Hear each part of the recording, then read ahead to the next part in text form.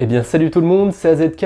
Aujourd'hui je me suis habillé dans le thème puisque pour ce 7e tutoriel Ledger, on va ajouter des Dogecoin sur notre clé. Alors la première chose à faire évidemment c'est d'acheter du Dogecoin. Moi je vais me rendre comme d'habitude sur Binance, ce n'est pas une sponsor ou quoi que ce soit, et je vous conseille chez vous de plutôt utiliser FTX parce que il me semble que pour retirer vos Dogecoin du coup sur votre Ledger, il n'y aura aucun frais alors que Binance va prendre 5 Dogecoin de frais, en tout cas au moment où j'enregistre ma vidéo. Bref, c'est relativement simple d'acheter du Dogecoin sur Binance. Moi j'ai du BUSD donc je me suis rendu sur le Doge BUSD et je vais pas m'embêter, je vais me mettre en market pour acheter au moins cher possible entre guillemets. On met maximum, on va dépenser les 50 BUSD, hop, on achète du Doge. Alors évidemment, ça s'est pas passé au centime près, vous voyez qu'il me reste 2 centimes sur mon portefeuille, on va faire avec, c'est pas très grave si on a un petit peu moins de Dogecoin. Maintenant qu'on a acheté nos Dogecoin, va falloir qu'on s'intéresse du côté de la Ledger, on va la connecter à notre PC. Alors si vous avez une Nano X, vous pouvez utiliser le Bluetooth, moi j'aime pas trop faire ça, je préfère utiliser tout le temps la version USB, donc là avec la Nano S de toute façon j'ai pas le choix, je suis obligé de la brancher, mais voilà, si vous avez une Nano X, vous pouvez faire ça aussi avec votre smartphone, avec l'application Ledger Live, moi je préfère le faire sur PC.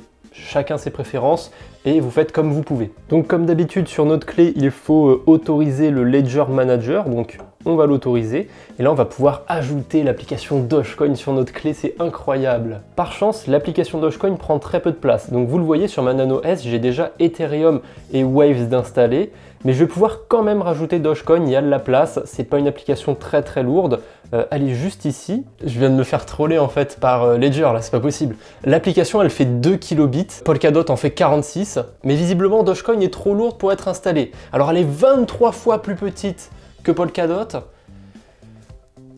mais ça passe pas. Finalement, je vais désinstaller Waves, mais c'est pas grave, hein, je vais réinstaller Waves un petit peu plus tard parce que si vous suivez ma série des 1 an de staking, en ce moment, j'utilise la blockchain Waves, donc j'en aurai besoin et je vous rassure, je vais pas pouvoir accéder à la blockchain Waves pour l'instant, mais quand je réinstallerai cette application, j'aurai pas perdu mes cryptos, j'aurai pas perdu mon compte ou quoi que ce soit, ne vous en faites pas. Donc on peut faire cette manœuvre. On va retirer Waves, et si ça suffit pas, ben on retirera aussi Ethereum, hein. Et puis si ça suffit pas, ben on va acheter une Nano X. Ok, c'est bon, là j'ai quand même assez de place pour installer Dogecoin, je pourrais l'installer au moins 150 fois, donc je comprends mieux, Il faut aussi l'application Bitcoin quand on a l'application Dogecoin, c'est pour ça que ça prend autant de place. Donc j'ai parlé un peu trop vite encore une fois. Bon, c'est pas très grave, au moins maintenant on est informé. On sait que pour installer Dogecoin, il vous faut aussi l'application Bitcoin, et ça tombe bien, c'est une transition à laquelle je ne m'attendais pas, mais vous pouvez aller voir mon tutoriel justement sur le réseau Bitcoin, comment mettre des Bitcoins sur sa Ledger. Voilà, le lien sera dans les fiches, je suis quasiment sûr que je me suis trompé de côté, elles sont peut-être là les fiches. Bref, c'est bon, Dogecoin est installé, Bitcoin aussi, et du coup ouais, Bitcoin est vachement plus lourd, hein, il fait 62 kilobits. Alors, par rapport à de la vidéo ou quoi que ce soit, c'est des valeurs de stockage qui sont ultra faible, mais voilà, on est quand même sur ce tout petit appareil, on peut pas se permettre d'avoir 10 000 gigas là-dedans, hein. Donc tant que je suis sur l'application Ledger Live, on va aller dans l'onglet Accounts, et juste ici, on va ajouter un compte pour justement avoir notre adresse Dogecoin, hein. Faut quand même savoir où est-ce qu'on envoie nos Doge. Tac, Dogecoin. Continue. Donc là, rien de très compliqué, j'ai juste appuyé sur les 2 boutons de la clé pour ouvrir l'application Dogecoin. Et c'est bon, je peux créer un compte, je peux même le renommer, on va l'appeler Doge to the Moon, hein. C'est bon, notre compte est créé, on peut du coup cliquer dessus pour recevoir des Dogecoin. Voilà, le petit bouton Receive, Continue. Donc là, c'est comme pour Bitcoin, ça me demande de vérifier sur ma clé si c'est bien la même adresse que sur mon écran, et c'est bien la même adresse, je peux du coup cliquer sur approuver. J'ai cliqué mais j'ai oublié de copier l'adresse, quel idiot. Bah c'est reparti, hein.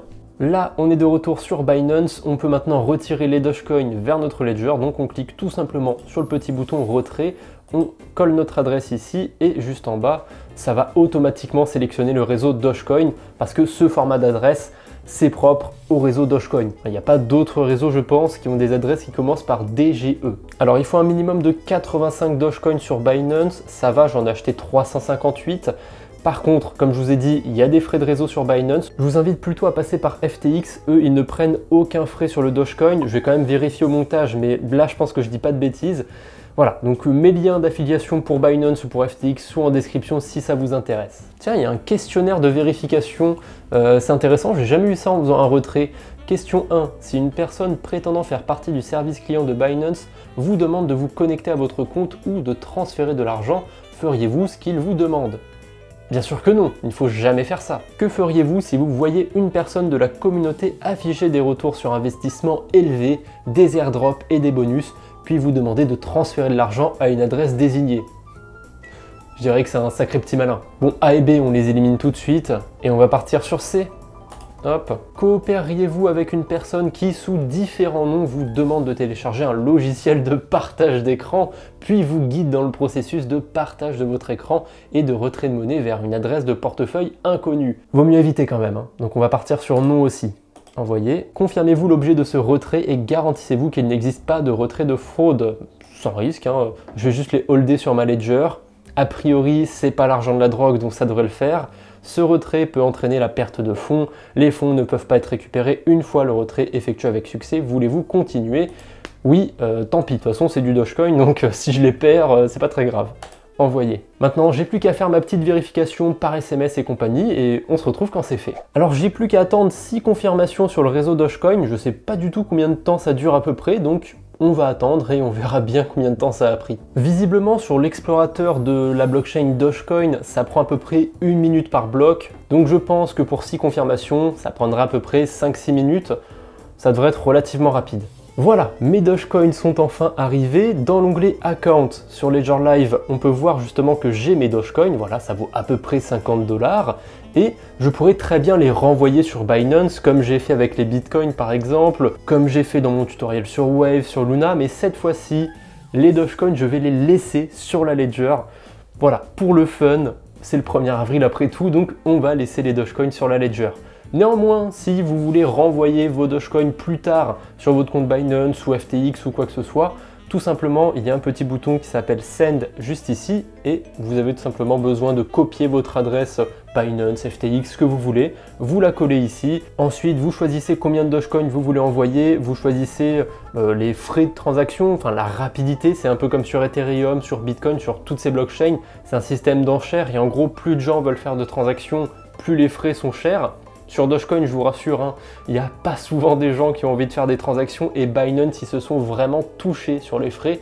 Vous voyez que là, si je veux les renvoyer sur Binance, allez, même si je choisis le fast, ça me coûte même pas 1 centime de Dogecoin. Alors le fait que Binance prenne 5 Dogecoin, c'est vraiment des salopards. Bref, c'est tout pour aujourd'hui. J'espère que ce petit tuto Ledger vous aura été utile. N'hésitez pas à le partager si vous pensez que ça peut être utile à d'autres personnes. Et n'hésitez pas à me dire en commentaire s'il y a d'autres blockchains sur lesquelles vous voulez un tutoriel. Et surtout, pensez à vous abonner pour ne pas rater les futures vidéos. Bref, je vous embête pas plus. On se retrouve bientôt, j'espère. D'ici là, portez-vous bien. Allez, salut tout le monde.